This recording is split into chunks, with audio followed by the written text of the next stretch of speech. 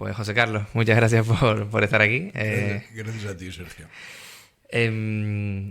Vamos a hablar de tu libro, que como te dije antes ya me lo he leído. Falta un poquito por terminar, pero bueno. Nuevas evidencias científicas de la existencia de Dios.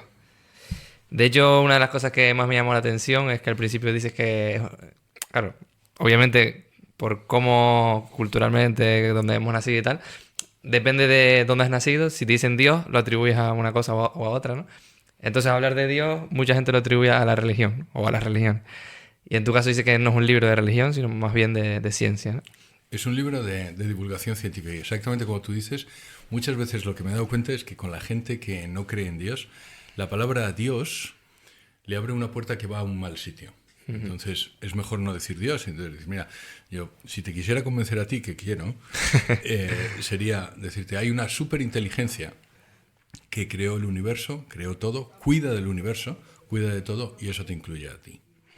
Si yo te digo una superinteligencia en lugar de decirte Dios, tú no lo atribuyes a un señor con barba, probablemente, sino lo atribuyes a algo así como al Matrix. Me da lo mismo como tú lo quieras, pero qué es un Dios y qué es personal, eso es lo que demuestra la ciencia. ¿Qué quiere decir personal, Sergio? Porque la gente, cuando digo personal, piensa en un tipo como antropomorfo. No, significa que es una sustancia individual con quien puedes tener una relación y de naturaleza intelectual. Es una superinteligencia con quien puedes tener una relación. Y eso es lo que demuestra la ciencia. De hecho, de eso vamos a hablar después, de cómo te comunicas, ¿no? Con Dios.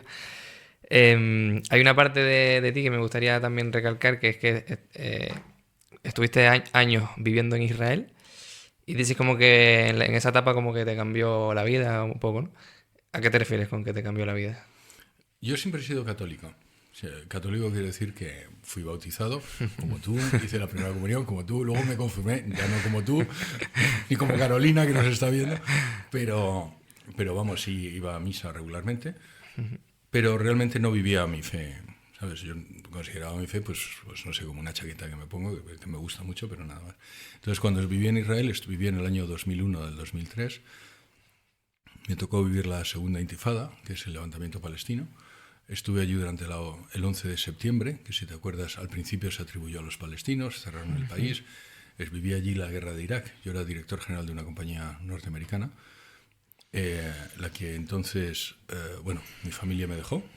Se fueron, cosa que por el otro lado es normal, porque estaban cayendo los Scouts y tal. Yo todavía las tengo, Sergio, las máscaras de gas y la atropina, que te daban la atropina porque cuando lanzaban los Scouts a Saddam Hussein, se suponía que iba a mandar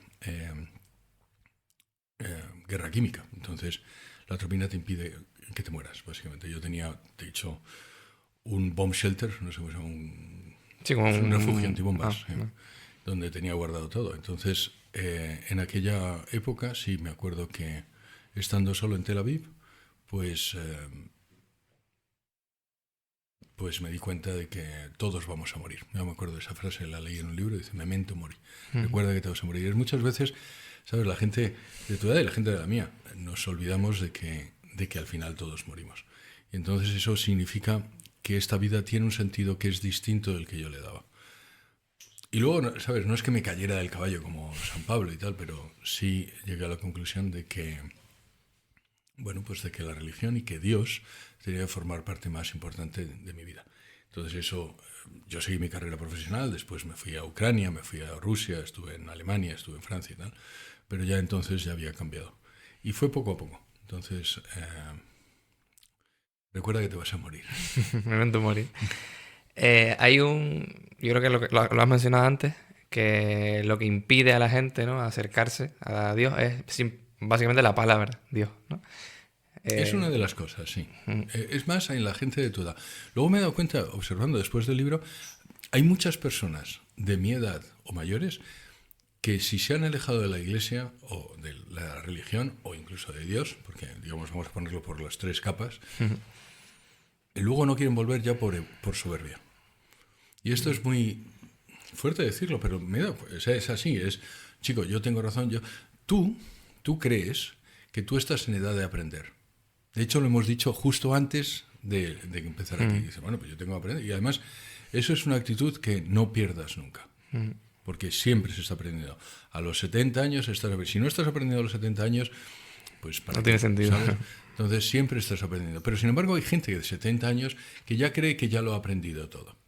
Entonces, cuando vas y le cuentas, oye, tú sabes que la ciencia, la de los últimos 20 años, demuestra necesariamente que Dios existe, y dice, no, ya no me cuentes historia, no quiero cambiar. Sin embargo, la gente de tu edad muchas veces dice, porque la actitud es distinta, dice, a ver, cuéntame. Y cuando le cuentas, yo diré, la teoría de Borde-Vilen-Kinnig-Wurth, la segunda ley de la termodinámica, el Big Bang, el genoma humano, todas las pruebas que llevan a Dios, dicen, ay, pues eso no lo sabía, y entonces, oye, pues sí creo en Dios. Y eso es, por eso te digo que otra de las cosas que nos impide llegar a Dios es la soberbia. De hecho, mucha gente asocia como que la ciencia y la religión son dos mundos diferentes, ¿no? Y de hecho en el libro comentas y das estadísticas, ¿no? De cuántos científicos han pasado por la historia siendo teístas, ¿no? Es más como no sé si un mito o una creencia, ¿no? Es un mito y además un mito interesado. Cuando digo un mito interesado, los mitos normalmente se crean porque alguien se beneficia de ello. Te voy a poner un ejemplo. La leyenda negra española. ¿Sabes? Que nosotros fuimos a Sudamérica y matamos indios. Es falso, completamente falso. Mira la historia, no quiero tener esa polémica, pero es falso. ¿A quién le beneficiaba? Pues le beneficiaba a Inglaterra, a Holanda y a Francia, que eran las potencias coloniales que estaban disputando a España. Y ellos crearon ese mito. Entonces es un mito que es falso y que le beneficia a alguien. Bueno, pues los científicos son mayormente ateos. Eso es otro mito. De hecho, lo digo en el libro. De los últimos 100 años de premios Nobel, el 95% de los premios Nobel de física, de química, de fisiología y medicina han sido teístas o religiosos. Más del 95%, es decir, menos del 5% se manifiestan como ateos o agnósticos. Sin embargo, cuando son premios Nobel de literatura, el 35% se manifiesta como ateos y agnósticos. Suelo decir, y además me han echado encima mucha gente, suelo decir de broma que ser ateo es de letras. Pero en broma, porque, no, con todo el cariño por las letras, pero lo cierto es que cuanto más ciencia tienes, cuanto más conoces de la ciencia, más llegas a Dios. Entonces sí, es un mito. ¿A quién le interesa ese mito? Pues a quién le interesa que nos alejemos de Dios. ¿A quién? A los ateos, no.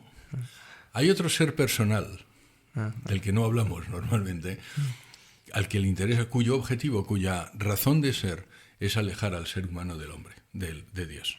Ese ser personal, que tiene muchos nombres, es al que le interesa. Entonces, probablemente está detrás de ese mito. Hay como una evidencia que es la que más se acerca o demuestra que Dios existe, que es el Big Bang. Y lo mencionas mucho, ¿no? Y creo que todo el mundo ya sabe lo que es el Big Bang, pero si puedes comentarlo un poco.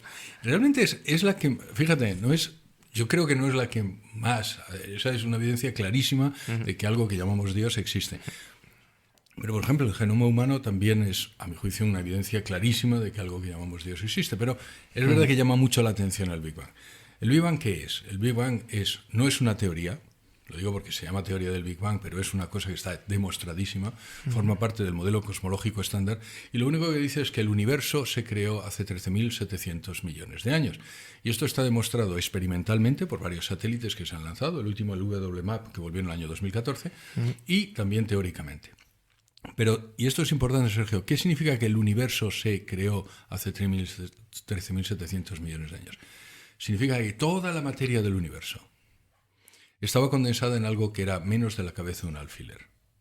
Y en un momento que llamamos la singularidad se expandió billones y billones de veces, creando todo el universo. Pero no solo toda la materia, si esto es más difícil de entender, el tiempo y el espacio. Es decir, no había tiempo y no había espacio y no había materia antes del Big Bang. ¿Qué necesariamente dice eso? Cuando hay un principio, ¿qué se necesita, Sergio? ¿Qué se necesita? Principiador. Un principiador. Entonces, ese principiador, que es antes del Big Bang, sabemos que no puede ser ni material, ni espacial, ni temporal, porque todo el tiempo, el espacio y la materia se creó entonces. Si hay algo, una superinteligencia, que además cuida de la creación, porque lo lógico es que se hubiera ido mal. Y sin embargo, ¿de qué estamos hablando? Entonces, no fue mal. Si no fue mal, si hay una superinteligencia que cuida de esa creación, que no es temporal, que no es espacial y que no es material, ¿a qué se parece eso? a eso que yo llamo Dios. Pero Es exactamente eso lo que yo llamo Dios. Es una superinteligencia que no es material, que no es espacial, que no es temporal y que cuida de su creación. si, por ejemplo, una duda que me causa a mí, ¿no? Ahora has dicho que ha salido bien porque estamos aquí, ¿no? Es verdad que desde que el planeta Tierra existe hasta que nosotros estamos aquí han pasado millones de años y especies antes que la nuestra existieron y por X motivos desaparecieron, se extinguieron. Era como un continuo, aparecen especies, se extinguen, aparecen, se extinguen. Y por último, hemos aparecido también nosotros. Si nosotros nos extinguimos también por razón X, meteorito, lo que sea, imagínate que hay un momento en la historia en el que nosotros estamos extintos. El universo sí, se mantiene, obviamente. Y se puede mantener miles de millones de años. Uh-huh. ¿Crees que eso es en plan, ha salido mal? Habría salido mal para nosotros. La cuestión es que lo que parece, o sea, cuando miras el universo, es que parece que ha sido formado para que estemos nosotros aquí. Uh-huh. Y esto no lo digo como una racionalización, como diciendo, estamos nosotros eso. No. Fíjate, el universo se crea hace 13.800 millones de años. Lo lógico es que hubiera habido un Big Crunch, es decir, que después, por la fuerza de la gravedad, todo aquello hubiera terminado mal. Sin embargo, hace 5.000 millones de años aparece la constante gravitacional. ¡Ups! ¡Qué bien! ¡Qué buena suerte tuvimos! Una vez más nos ha tocado la lotería. Y el universo desde entonces se expande. Y gracias a eso no colapsa y gracias a eso estamos nosotros aquí. Después, el sistema solar aparece 5.000 millones de años. Y, vaya, mira tú qué suerte, justo se enfría hace 4.800 millones de años, justo para que aparezca el agua, justo para que aparezca el carbono, justo para que aparezca la vida y luego justo para que aparezcamos nosotros. Uh-huh. Parece como si todo, de hecho, un científico que era ateo y que luego se convirtió, que se llama Fred Hoyle, que es el que puso el nombre de Big Bang. Este científico era británico, era ateo y se reía del padre Lemaitre, porque como sabes el Big Bang lo formuló un sacerdote católico, el padre George Lemaitre. Bueno, pues se reía él diciendo, sí, esto va a ser un Big Bang, cuando él era ateo. Después, cuando se convierte en teísta, dice, no hay nadie que crea que las leyes de la física no se hayan formulado a propósito. Se han formulado a propósito para que tú y yo estemos aquí. Entonces, podría salir mal, efectivamente, pero parece que todo se ha creado porque alguien, algo, eso que llamamos Dios, que es como lo digo al principio en el libro, quiere que Sergio esté aquí. Y ahora te voy a decir una cosa, Sergio, eso es la pera. La pera para personas como yo que creemos en Dios. Y podría ser la pera para ti si creías en Dios, pero lo cierto es que no lo es. Te voy a decir por qué. Porque tú crees que estás aquí por casualidad. Solo hay dos posibilidades, Sergio, lo digo así muchas veces. Solo hay dos posibilidades. O estás aquí deliberadamente, es decir, porque alguien quiere, o estás aquí por casualidad. ¿Hay alguna otra posibilidad? No. Yo pienso que estoy aquí deliberadamente. Es decir, que alguien quiere que yo esté aquí. Tú no. Como consecuencia, estás aquí por casualidad. Te voy a decir una cosa. Saber que yo tengo un padre que alguien quiere, que me quiere y que quiere que esté aquí deliberadamente, me da una fuerza que tú no tienes. Pero puedes tener, ¿eh? Sí. No pasa nada. Es que yo creo que... Es broma. Es como ni... Es como una... No sé, es como ni creo ni no creo. Es como... Carolina se está riendo. Se está diciendo no.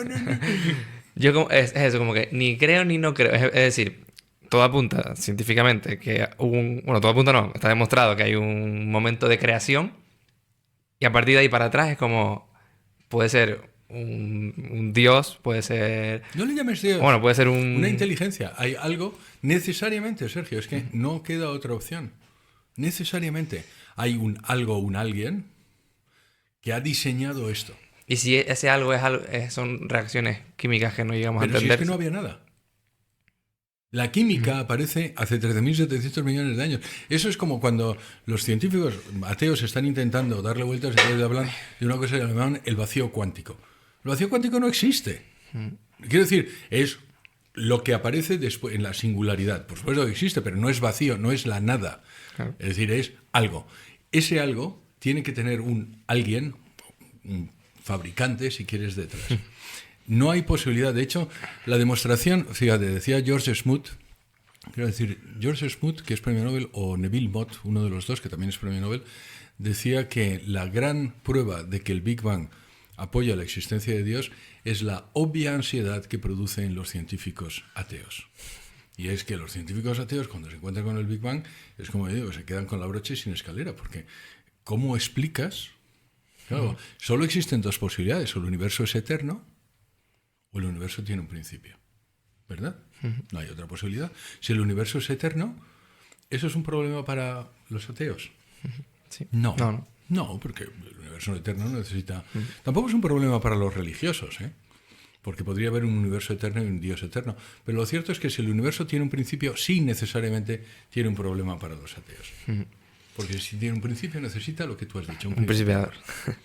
Yo creo que a lo largo de la historia que se conoce, como a la historia del ser humano me refiero, todo lo que se nos escapa, ¿no? Se lo atribuimos a algo superior. O llámalo Dios, llámalo como quieras. Por eso, cuando no sabíamos lo que era esa luz brillante en el cielo, pensamos que era un dios, por ejemplo, y ahora sabemos que es un sol, una estrella y demás. Procesos, catástrofes naturales, pues esto tiene que ser un dios, hasta que lo entendemos. ¿Crees que hoy en día eso, ¿no? Como no lo entendemos, en plan, llegamos, pero no es como algo muy palpable, ¿no? Bueno, igual que como comentas muchas veces, que muchos científicos se han convertido, ¿no? Muchos científicos ateos se han convertido en plan, mira, llevo toda mi vida estudiando esto, he hecho mil millones de cálculos, por lo tanto, solo me queda una conclusión: hay un Dios, ¿no? Hay algo... Precisamente puede ser por eso también.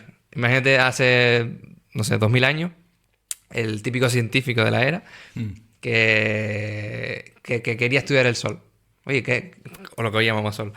¿Qué es esto? ¿Qué es esta luz? ¿Qué es esta? Y mide el calor y tal. Y mide con las herramientas que tenía en su época, ¿no? Y dice, mira, llevo toda mi vida estudiándolo y no puedo evidenciar, por lo tanto, tiene que ser un Dios. Puede que nuestras herramientas de hoy en día no nos permitan todavía. Te voy a contestar. Según esto estaba viendo, hay como muchas contestaciones a eso. Primera, eso es lo que se llama el Dios de los agujeros, que es también un mito. Es como ponemos en Dios todo lo que no comprendemos. Eso no es verdad.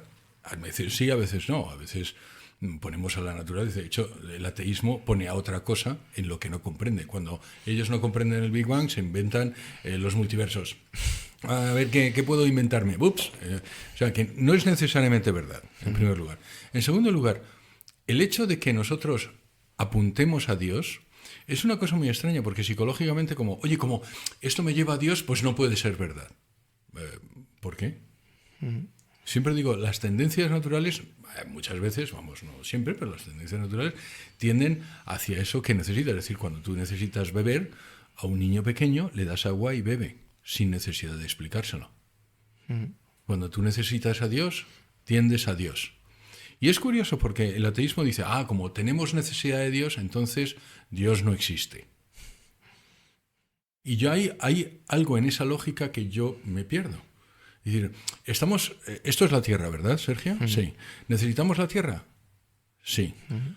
No, la Tierra no existe. Hay algo en esa lógica que se me escapa.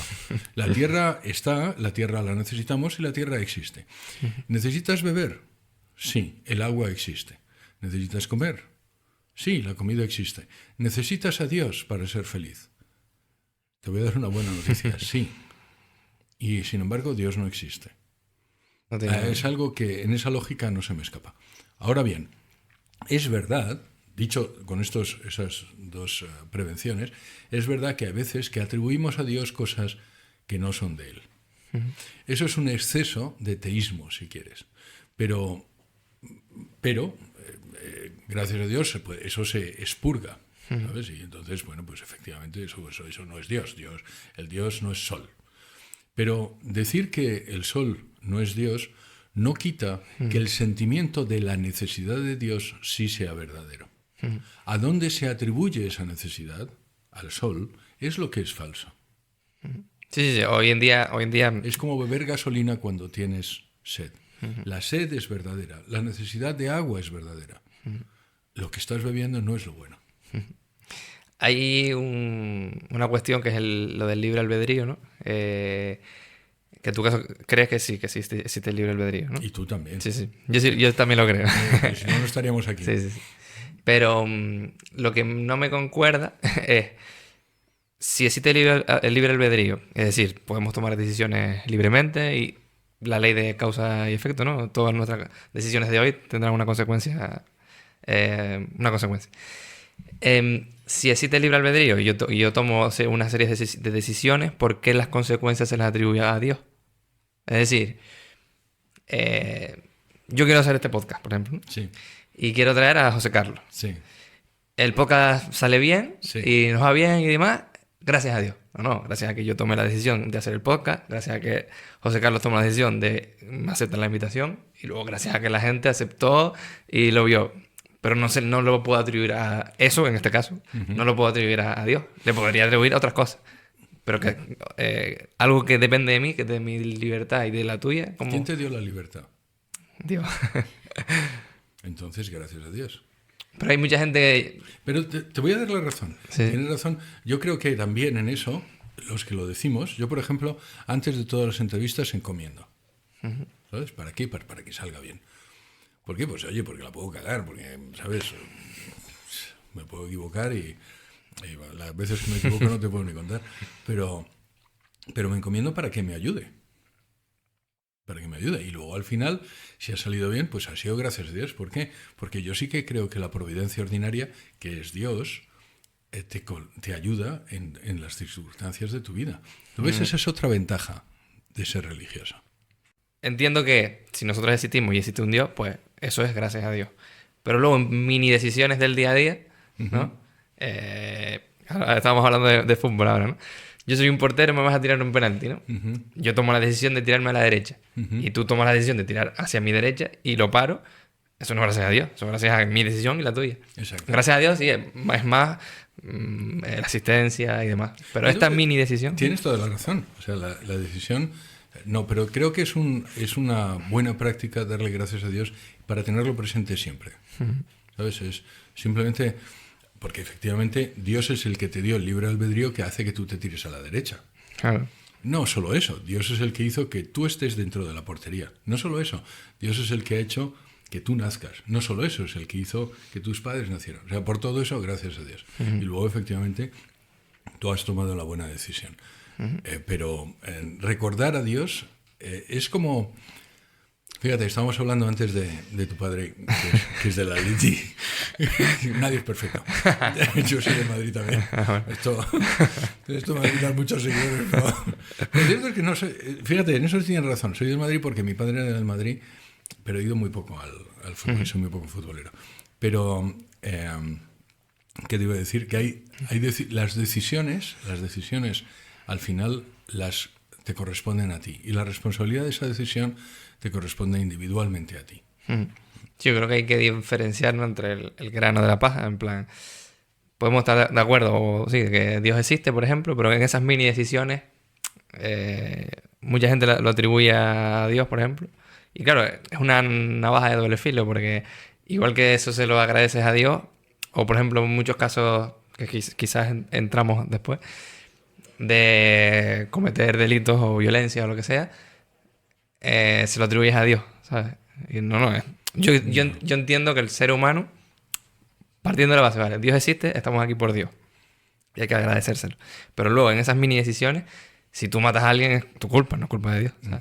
Es tu responsabilidad, sí. Y al revés, si tú haces algo bien, y te sale bien, también es parte por Dios, porque existe y demás, pero es por tus decisiones también. Entonces hay que diferenciar un poco ahí. Pero mi sugerencia es que eso es una frase que decías, te pones en manos de Dios.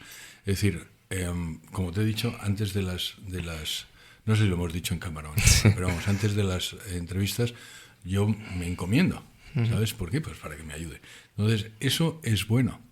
Porque lo que haces es, el portero, por ejemplo, antes, yo lo que haría, si fuera portero, antes de parar un penalti, digo, Dios, ilumíname si va a tirarlo para la derecha.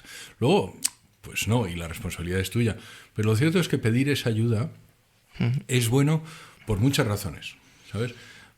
Una que es un poco cínica es que porque racionalmente te da una seguridad que la persona atea no tiene, ¿vale? Pero eso es una ventaja psicológica. Pero luego hay otra, y es que, como te he dicho, lo que demuestra la ciencia es que Dios es un Dios personal. Y personal es, insisto, algo con el que te puedes comunicar. No la ciencia no es deísta. Deísta es existe un Dios y nos dejó y no se preocupa de la creación. Claramente, en cada momento de la creación donde había una necesidad, Dios interviene para que la creación subsista. Entonces, claramente, el Dios de la ciencia es un Dios que cuida de la creación. Y por lo tanto, claramente es un Dios con el que te puedes comunicar. Y si te puedes comunicar, pues, chico, hazlo. Ahora, eso no significa que... Y es muy importante diferenciar lo que es religión de magia. Magia es yo hago que Dios trabaje para mí. O eso que llamamos Dios. Entonces, yo quiero que Pepi se enamore de mí. Vale, pues, entonces, Dios, dame, por favor... Eso no, eso es magia. Así no es como funciona Dios. Tú tienes que alinearte con la voluntad de Dios. Alineándote tú con la voluntad de Dios, lo que ocurre es que eres feliz. ¿Por qué? Porque necesariamente es así, porque Dios lo que ha hecho es, te ha creado... Yo el otro día estaba dando una conferencia, y perdón que hago un excurso, es una conferencia en un colegio en León, que me invitaron, y lo que les decía a los chavales, digo, vuestra obligación es ser felices. Tu obligación, Sergio, es ser feliz en esta tierra. Decía San José María que cada vez estoy más convencido de que los que son felices en el cielo son los que han sabido ser felices en la tierra. Si tú eres feliz en la tierra, lo más probable es que seas feliz en el cielo. Yo creo que, hablando también de diferenciar, ¿no? Hay que diferenciar entre... Porque, por ejemplo, es que las religiones las quiero tocar después, pero bueno. Si ese Dios es único, ¿no? Único. Para todos, el mismo, entiendo, ¿no? El creador es el creador del universo, ¿no? Luego entran en juego las religiones y cada uno piensa que es de una manera o de otra, ¿no? ¿Dónde está ahí como el equilibrio entre... O sea, dónde se corrompe un poco y cada uno se lo lleva, es así, es así? Vamos a ver, las religiones en general tienen tres cosas, ¿vale? Una es una teología, otra es una moralidad y una tercera es una liturgia. Eso es más o menos... Lo digo porque es muy difícil definir una religión. El budismo, por ejemplo, probablemente ellos mismos no se definieran como religión, sino más bien como una filosofía, ¿vale? Pero para entendernos, es gracioso porque las religiones se parecen casi todas y mucho en lo que es la parte de moralidad, de donde se deduce que esa parte es lo que decían los clásicos, una ley natural que tenemos inscrita todos. Independientemente de que hayas nacido en la India o hayas nacido en España, tú sabes que pegar a una vieja es malo. Y que robar es malo, y que asesinar es malo, y que violar es malo. Luego está lo que se llama la conciencia cauterizada, que decía Santo Tomás, lo has repetido tantas veces que ya no sientes que es malo. Lo entiendes, pero ya no lo sientes. Es como te has hecho una cicatriz y las cicatrices no sientes. Pero eso no hace que sea bueno. Esa es la parte de la moralidad. La parte de la teología se parecen, pero no tanto. Efectivamente, todas las religiones suponen que existe Dios. Las estoy hablando del monoteísmo. Y luego en la parte de liturgia se diferencian mucho. Pero de lo que yo trato en el libro es de que un Dios creador existe. Ahora, una vez que un Dios creador existe, y esto lo estamos hablando fuera de cámara, y el último capítulo del libro se llama ¿Y ahora qué? Es decir, ya te he demostrado que Dios existe. No yo, vamos, los científicos. ¿Y ahora qué? Bueno, pues eso es un Dios que es un Dios personal, es un Dios que se manifiesta en la creación, por tanto tiene que ser un Dios revelado. Pues ahora voy y busca en las religiones reveladas cuál es la que tú crees que debe ser la verdadera, porque hay una que es la verdadera. De eso luego hablamos después, que no hacer spoilers, ¿no?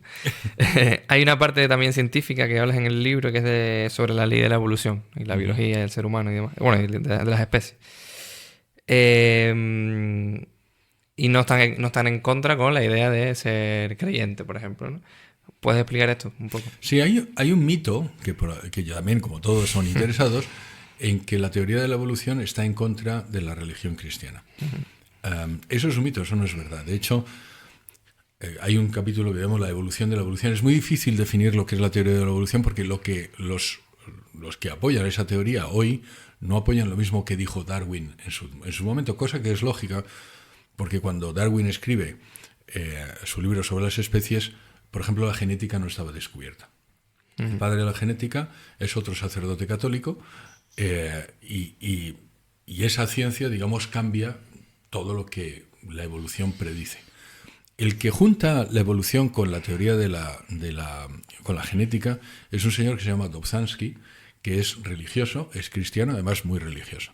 Y eso también demuestra que la teoría de la evolución no está en contra de la religión. De hecho, se atribuye a Darwin, pero hay Darwin y otro señor que son los dos que escriben la teoría de la evolución. El otro señor era, que no recuerdo su nombre, que era Wallace, también profundamente religioso. ¿Qué es lo que quiere decir? Que Dios se puede haber valido de la teoría, de los mecanismos de la evolución para realizar su creación. El propio John Henry Newman, en el momento, cuando escribió Darwin, decía: no hay nada en la teoría de la evolución que desdiga la religión. Dios podría haber utilizado esto, si hubiera querido, para que nosotros estemos aquí. Ahora, también hay que decir otra cosa. La teoría de evolución sí es una teoría, es decir, no está no contestada. Hay mucha gente que contesta y dice: no, la teoría de evolución, de la macroevolución, es decir, de especie a especie, no está demostrado. Es una teoría, es muy posible que sea así, pero no está demostrado. La microevolución, es decir, a nivel microbiológico, sí está demostrado, pero la macroevolución, es decir, que salga una especie a otra especie, no está demostrado. Y sobre todo, y lo más importante, es que la teoría de la evolución lo que no dice es cómo surgió la vida. De hecho, lo digo en el libro, no hay hoy ninguna cuenta que nos diga cómo surgió la vida. Nadie sabe cómo surgió la vida. Se intentaron hacer unos experimentos que se llaman los experimentos de Miller-Urey en 1970 y 1980, en el siglo pasado, que era eso de la sopa primordial. Todos por alguna razón nos imaginamos como un líquido con unos humos y la bruja detrás. Sí, y además una electricidad. Y luego sale pues eso se intentó reproducir lo que se suponía que había habido en el momento que empezó la vida. Se pusieron unos fosfatos, se pusieron unos... Y lo único que se produjo fueron aminoácidos, es decir, no se produjo vida. Tanto es así que esos experimentos se han abandonado. O sea, se sabe con seguridad que eso no produce vida. ¿Cómo surgió la vida? Pues mira, otro misterio para la ciencia. Yo no digo que la ciencia no pueda adivinarlo, ¿ves? Yo no digo que la aparición de la vida demuestre necesariamente la existencia de Dios, porque es posible que la ciencia sea capaz de hacerlo en el futuro. Ahora es verdad que también ese sí que es un indicador también potente de que, fíjate, cuando aparece justo cuando podría aparecer, cuando la Tierra se enfría. De hecho, esto ya sería más pregunta de examen. De creencia, ¿no? Un poco ¿crees que solo existe vida en la Tierra, en todo el universo? La respuesta a esa es... Te voy a decir realmente la pregunta. Te voy a decir tu pregunta. Tu pregunta es: ¿un religioso puede creer en los extraterrestres? Sí, perfectamente. La respuesta es sí. Igual que nos cree a nosotros. Exacto. Pero... Dios, yo no soy... una de las cosas que les pasa muchas veces a los científicos ateos es que les dicen a Dios lo que puede o no puede hacer. ¿Sabes? Es una cosa muy sorprendente y yo creo que muy soberbia. Yo prefiero, mira, él en su divina magnificencia podría haber creado todos los mundos que hubiera querido con todas las seres que hubiera querido. Ahora, te voy a decir también, esto salió en una conferencia que daba y estaba conmigo el presidente de la Sociedad de Científicos Católicos de España, que es matemático y que además ha estudiado esto. Entonces te voy a decir la respuesta que dijo él. Y mira, en nuestro sistema solar no, pero en nuestra galaxia es posible que exista vida porque es posible que se haya producido agua y que además haya química del carbono. Ahora, lo que es muy improbable es que en todo el universo haya vida inteligente, pero estoy hablando como probabilidad estadística. Es altísimamente improbable de que tú y yo estemos aquí estamos. Entonces, ¿por qué? Pues alguien lo podría llamar como un milagro, es decir, porque Dios quiere que tú y yo estemos aquí. Pero mirado estadísticamente desde el momento del Big Bang, era altísimamente improbable que hubiera un planeta que acogiera vida inteligente. Y sin embargo lo es. ¿Podría haber otros? Pues sí, podría haber otros. Eso no. Sí, de hecho, claro, la ciencia intenta copiarlo cómo ha surgido la vida aquí, pero a lo mejor en miles de años luz surgió la vida de otra manera, no con nuestros ingredientes, ¿sabes? Y no son como nosotros, a lo mejor son de es que se nos escapa, ¿sabes? Lo cierto es que eso es verdad, pero lo cierto es que hay muchas menos estrellas y planetas de los que... O sea, nosotros pensamos que el universo es infinito, entonces, bueno, pues si es infinito, pues habrá infinitas posibilidades. Pero el universo no es infinito. El universo, como siempre digo, tiene 93.000 millones de años luz de extensión y tiene 10 elevado a 53 kilogramos de masa y se sabe cuánto tiene. Y realmente no tiene tantas posibilidades. Hay un científico, vamos, un señor ateo que se llama Dawkins, que hace dice, porque en una de cada 1.000 millones de estrellas habrá vida. Pero se lo inventa. Eso realmente no hay ninguna posibilidad de que sea así. De hecho, sí que hay un científico que se llama Roger Penrose que calcula cuáles son las posibilidades de que exista un mundo antrópico, es decir, que tenga la entropía suficiente como nuestro mundo, y dice, las posibilidades son una entre 10 elevado a 10 elevado a 123. Ese número es tan grande que es imposible de calcular. Es decir, te ha tocado la lotería, te han dado un billete de lotería y se han repartido 10 elevado a 10 elevado a 123 y jolín, va y te toca. Y muchas veces cuando digo esto y me he dado cuenta es que la gente dice, bueno, pero a alguien le tenía que tocar. Ya, bueno, pero es que no le tenía que tocar a nadie. O sea, lo normal es que no le hubiera tocado a nadie. Porque no hay 10 elevado a 10 elevado a 123 planetas. Con lo cual, lo lógico es que no hubiera vida. Lo estadísticamente es que no le hubiera tocado a nadie en la lotería. Y va y nos toca, y te toca a ti. Y tú dices, no, es que tengo mucha suerte. Bueno, yo prefiero pensar que no, que ha habido alguien que ha hecho trampas para que me toque.